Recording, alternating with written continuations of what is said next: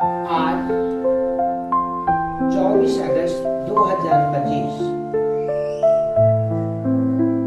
के महान पुण्य तिथि सूर्यवाणी। इस उपलक्ष्य पर तारापुर योग संस्थान सत्यानंद आश्रम ट्रस्ट कालीचक मिल्की धौनी तारापुर जिला मुंगेर द्वारा योग के प्रचारार्थ योग के प्रसार के उद्देश्य से योग प्रशिक्षण सत्र की पहली कक्षा। आज पहली कक्षा के दिन हमें प्रस्तुतिकरण के रूप में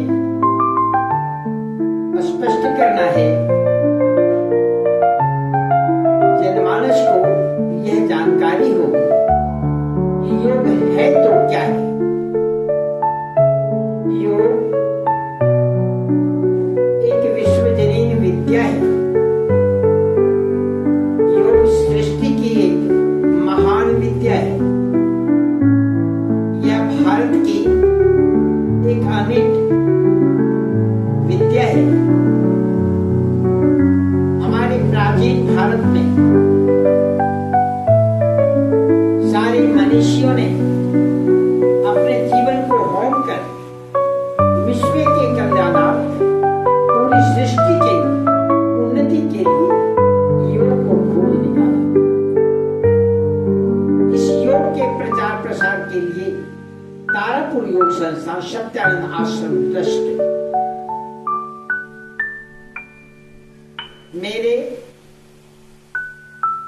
अथक प्रयासों से, हमारे सहयोगियों के प्रयासों से अपने गुरु परमहंस स्वामी सत्यानंद सरस्वती के योग प्रसार की भावना को बढ़ाने के उद्देश्य से कार्य कर रही है।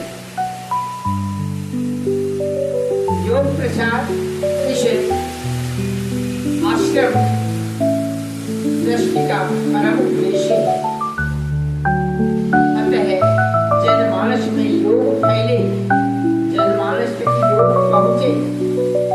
भारत के एक बच्चे प्रारंभिक अवस्था से ही योग के तरफ मुखातिब हो, योग की तरफ निर्धारित होकर के योग सीखे। इसके लिए योग संस्थान की तरफ से तारापुर योग संस्थान सत्यानंद आश्रम ट्रस्ट की तरफ से योग की कक्षा ऑनलाइन प्रसारित।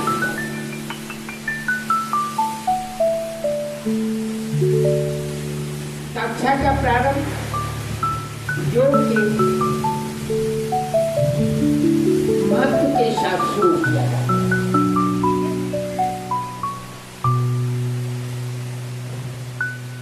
योग है क्या? स्थिरम सुखम आसनम योगासनम। स्थिर चित्त से सुखपूर्वक किया जाने वाला आसन योगासन कहलाता है। योग हमें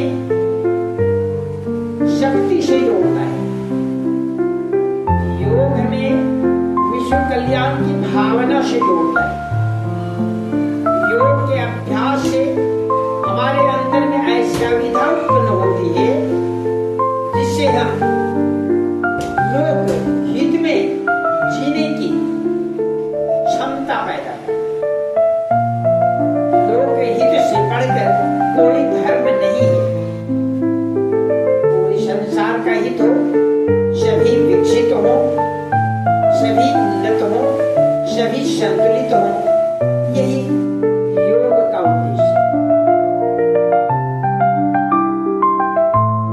यहाँ पर तारापुर योग संस्थान सत्यानंद आश्रम की तरफ से योग प्रशिक्षण की कक्षा का संचालन बिहार योग अर्थात सत्यानंद योग, जिसे जिसे शक्ति योग के नाम से भी जानते हैं,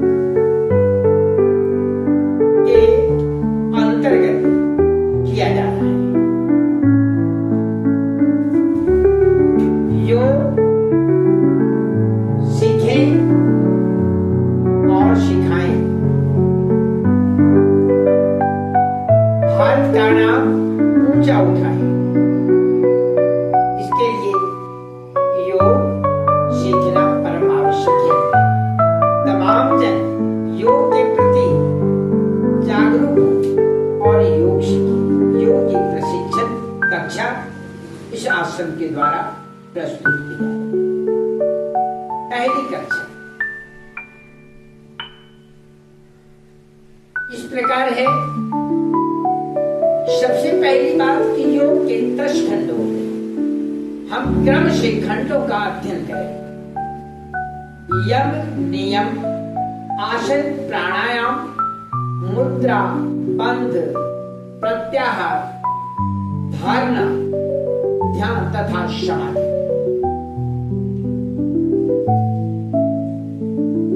अब इन सभी चीजों का विवेचन इसकी अगली कक्षा में